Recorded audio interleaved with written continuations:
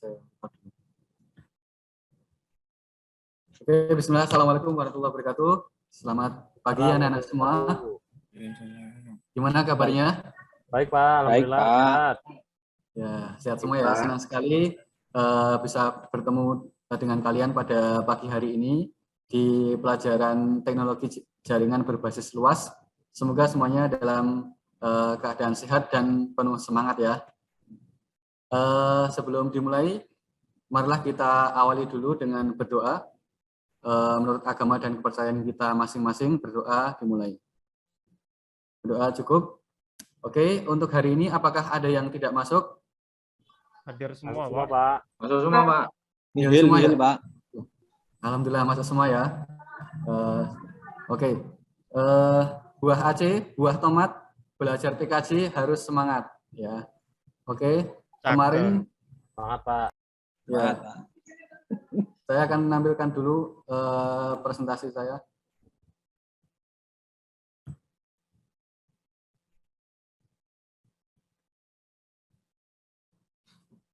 Sudah terlihat ya? Sudah, Pak. Ya, Pak. Oke, pada kesempatan pagi hari ini kita akan belajar tentang alat kerja fiber optik, gitu ya, di mata pelajaran kelas 11 ini. Untuk kompetensi dasarnya, nanti diharapkan bisa menerapkan fungsi alat kerja fiber optik untuk pengetahuannya, kemudian untuk keterampilannya bisa menggunakan alat kerja fiber optik. Indikator yang akan kita capai yaitu menentukan jenis alat kerja fiber optik, kemudian yang kedua membuktikan kualitas pemasangan fiber optik menggunakan alat kerja, kemudian untuk keterampilannya menunjukkan cara menggunakan alat kerja fiber optik dan juga menyajikan pemasangan fiber optik menggunakan alat kerja. Untuk tujuan pembelajarannya, nanti kita akan melakukan pemecahan masalah. Dari situ diharapkan kalian bisa menentukan alat kerja fiber optik, kemudian membuktikan instalasinya, kemudian menunjukkan cara penggunaan alat kerja, dan yang terakhir adalah menyajikan hasil pemasangan fiber optik. Anak-anakku sekalian, untuk saat ini SDM Network Engineer itu sangat dibutuhkan ya, karena seiring dengan perkembangan teknologi informasi. Siapa di sini yang pengen jadi Network Engineer? Ya, Pak. Saya, Pak. Ya, semoga kalian yang lulusan TKJ bisa menjadi Network Engineer yang profesional dan bisa bermanfaat nantinya ya. Dan nanti bisa belajar dengan semangat di pelajaran Bapak agar bisa menerapkan apa yang dipelajari nanti untuk dunia kerjanya.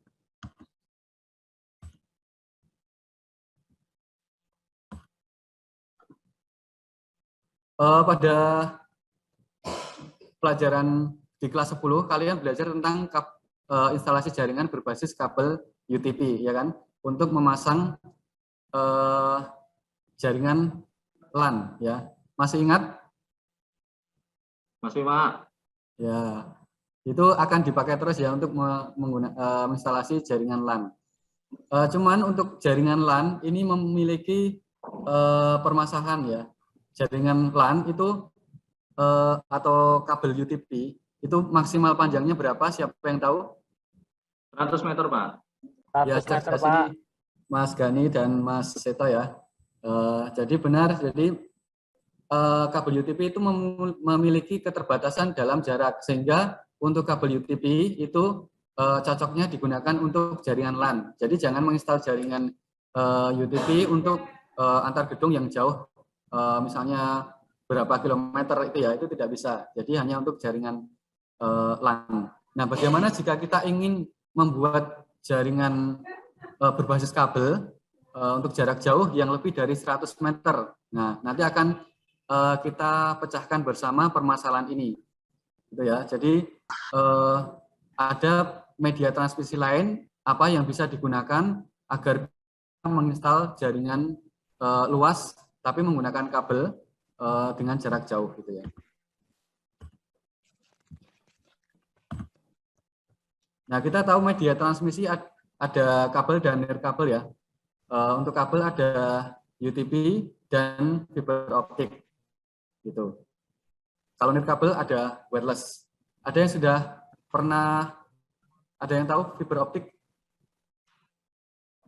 Mungkin jaringan Telkom yang di pinggir jalan itu ya Pak ya? Ya betul Mas Eto. Jadi itu banyak, jadi sekarang itu banyak pemakaian fiber optik ya di jalan, salah satunya di Telkom gitu. Nah, ini bisa kita analisis dulu apakah ini bisa menjadi alternatif solusi untuk permasalahan tadi. Untuk itu silakan dibuka bahan ajar yang sudah Bapak bagi di grup kalian masing-masing, di grup kelas ya. Silakan dibuka bahan ajarnya untuk menganalisis jadi dari spesifikasi kabel UTP dan fiber optik. Selain itu kalian juga bisa menemukan informasi dari YouTube channel ini. Kemudian nanti bisa diidentifikasi dari jarak maksimal, konektor yang digunakan, sama warna kabel dan juga biaya kira-kira lebih efektif mana. Kemudian nanti setelah itu kalian presentasikan. Silakan ya. Oke Pak, siap Pak.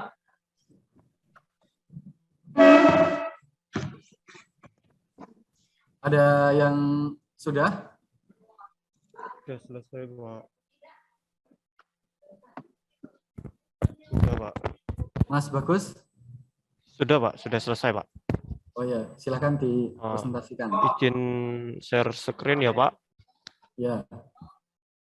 Baik, Pak. Ini hasil diskusi dari kelompok kami, Pak. Di mana di sini adalah tabel perbandingan antara kabel UTP dengan fiber optik. Nah, di sini untuk aspeknya, yang pertama yaitu dari jarak maksimalnya, Pak. Kalau untuk kabel UTP itu maksimal hanya 100 meter, Pak. Kemudian kalau kabel fiber optik itu bisa sampai dengan 70.000 meter atau sama dengan 70 km. Kemudian untuk konektornya, kalau kabel UTP itu hanya bisa digunakan sekali pakai saja. Kalau kabel fiber optik itu bisa dipakai berulang. Kemudian untuk warnanya, kabel UTP itu ada 8 warna, dan itu kita harus hafal.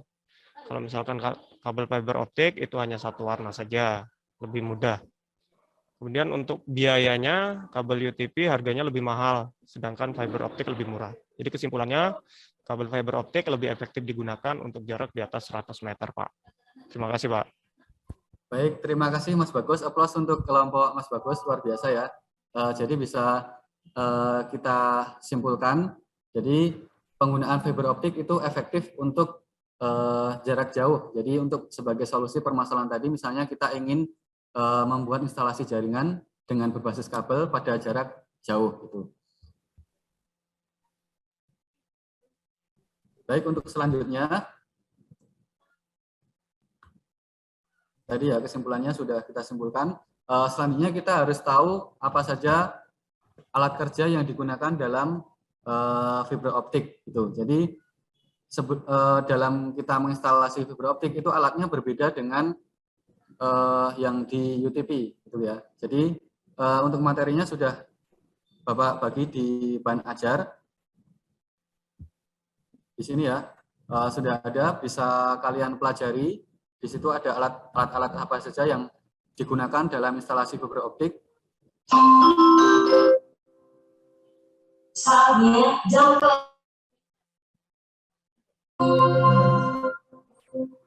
It's time.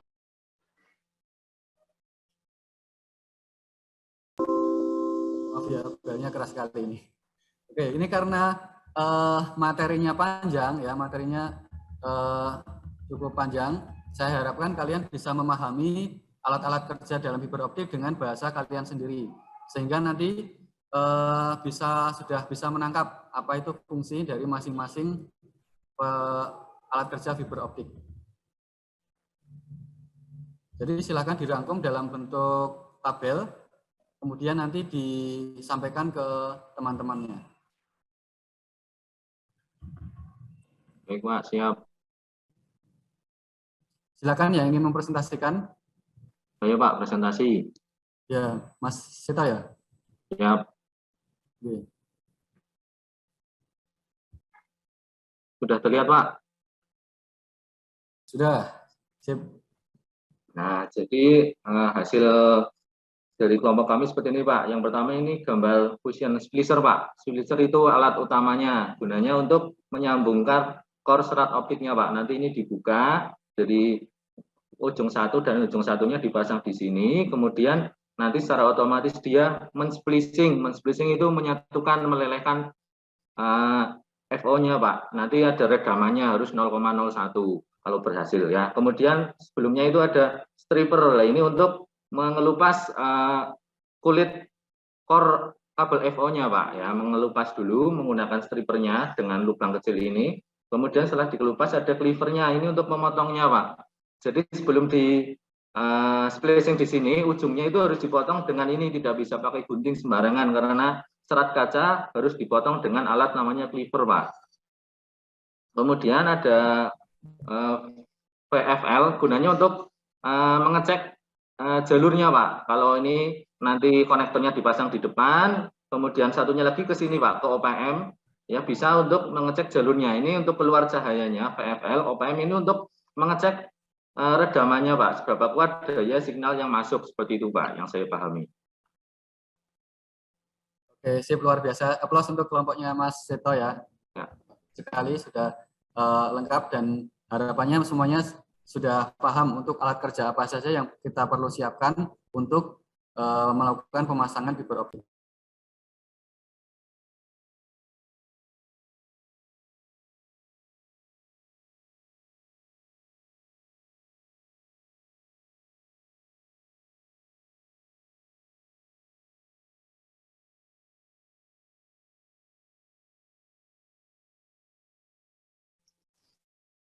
Suaranya masih mute, Pak. Ya. Oke, terima kasih. Jadi tadi sudah disampaikan oleh Mas Seto ya, luar biasa untuk alat apa saja yang perlu disiapkan dalam pemasangan fiber optik gitu ya. Setidaknya dalam pemasangan fiber optik dalam topologi yang simpel itu kita memahami setidaknya 4 alat ini. Yang pertama stripper untuk tadi mengupas ya, kemudian cleaver untuk memotong, kemudian VFL ini untuk mengecek, dan juga OPM untuk mengetes jari redamannya. Nah, untuk kualitas yang lebih bagus itu kita menggunakan fusion splicer ini untuk kualitas sambungan yang lebih bagus, dan juga untuk mengukur jika terjadi masalah itu kita menggunakan OTDR. Ini untuk jangka yang lebih luas lagi. Oke, selanjutnya untuk bagaimana kita menginstalasi atau pemasangan fiber optik, kita simak video berikut.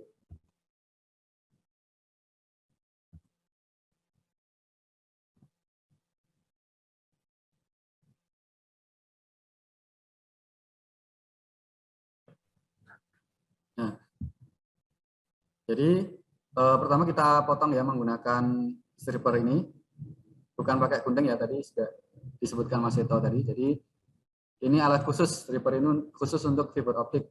Jadi dari sisi untuk memotong dan juga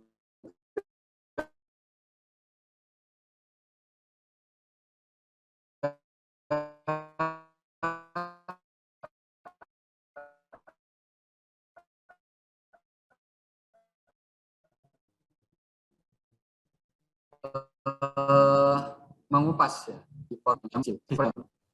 antara kulit dan juga inti core-nya.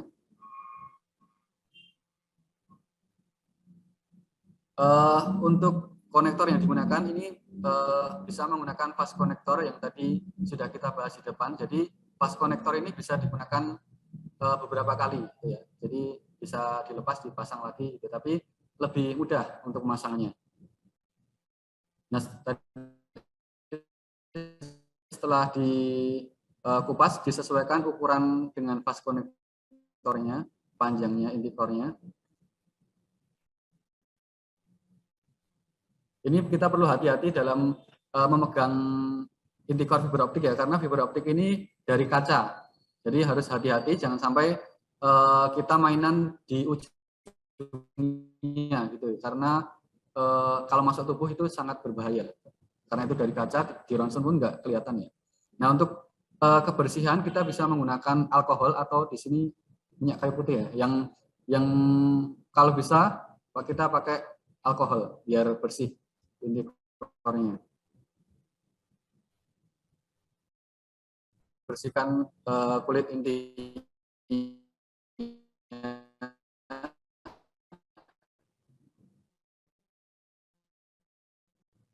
Kemudian dibersihkan.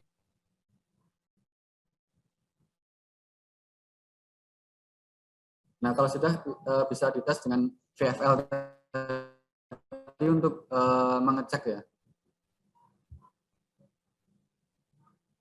Selanjutnya disesuaikan panjangnya ke konektor tadi.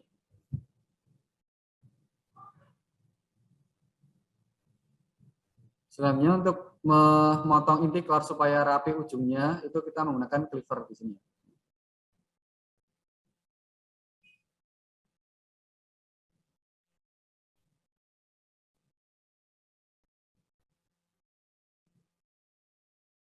Nah, kalau udah dipotong inti core-nya bisa dimasukkan ke konektor.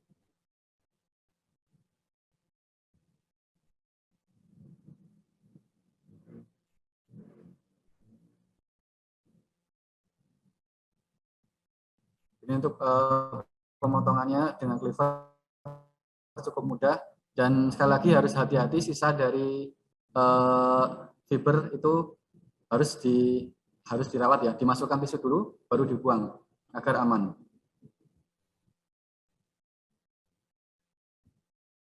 Kalau sudah ditutup konektornya, kemudian terakhir dicek redamannya. Nah, untuk redaman ini kita bisa mengecek menggunakan OPM atau Optical Power Meter. Nah, di OPM ini ada batas maksimalnya atau toleransinya ya. Jadi kalau lebih dari min 27 itu tidak bagus untuk data. Jadi maksimal min 27.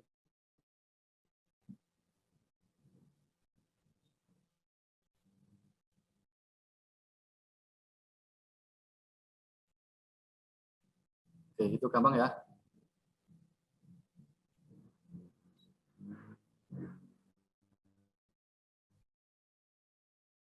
Min 04 ya, min 4. Oke, gitu untuk cara penggunaan alat kerja tadi. Jadi mulai dari pengupasan sampai pengetesan itu ya untuk simpelnya. Jadi cukup mudah ketika kita akan memasang jaringan fiber optik. Jadi yang perlu diperhatikan tadi adalah serat optik itu harus dibersihkan ya, jangan sampai dibuang berceceran gitu. Jadi harus dibersihkan dengan tisu dan alkohol. Kemudian untuk pemasangannya di instalasi jaringan fiber optik itu harus rapi. Kenapa? Karena semakin banyak lekukan itu akan redaman banyak. Sambungan kebersihan serat. Jadi kalau semakin banyak itu dan juga kotor seratnya itu juga mempengaruhi redamannya. Baiklah, untuk kegiatan praktek sesuai dengan yang ada di LKPD itu kita akan membuat jaringan point to point yang sederhana. Ya, nanti dari komputer satu ke komputer lain dihubungkan biasanya outputnya UTP ya, kemudian di converter dengan media converter disambungkan ke fiber optik, sehingga antara komputer satu dengan yang lain ini bisa tersambung dalam jarak jauh. Gitu. Untuk caranya bisa buka di LKPD, dikerjakan kelompok, kemudian nanti bisa di akhir bisa dipresentasikan.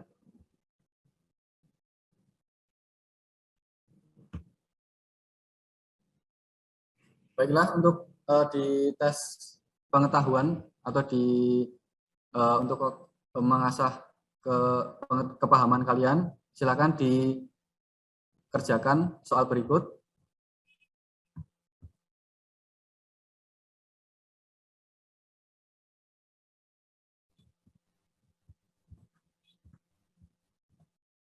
Ini untuk mengulas materi ya, silakan dikerjakan soalnya.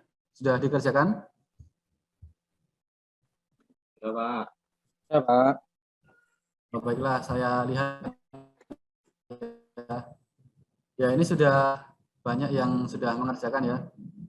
Dari yang sudah mengerjakan ini kebanyakan sudah benar untuk menjawabnya. Berarti harapannya apa yang sudah saya sampaikan kalian memahami.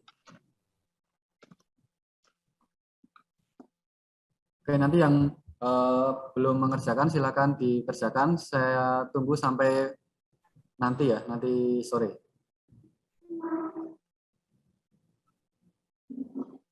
Oke, untuk selanjutnya kita simpulkan pelajaran kita pada pagi hari ini.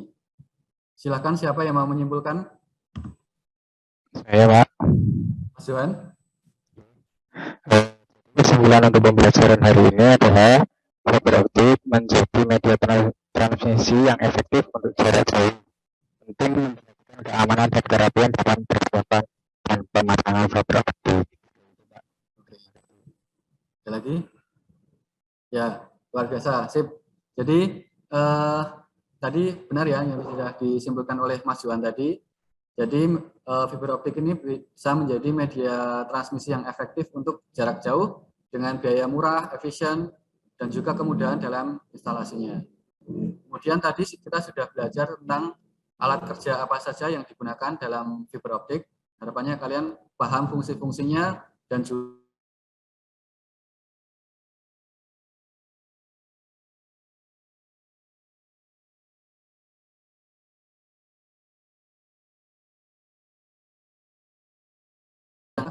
kerapian dalam penataan fiber optik. Itu yang perlu diperhatikan.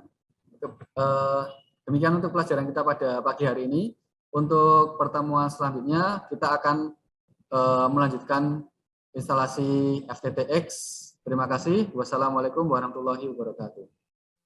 Waalaikumsalam. Waalaikumsalam warahmatullahi wabarakatuh. Terima kasih, Pak. Terima kasih, Pak. Terima kasih, Pak.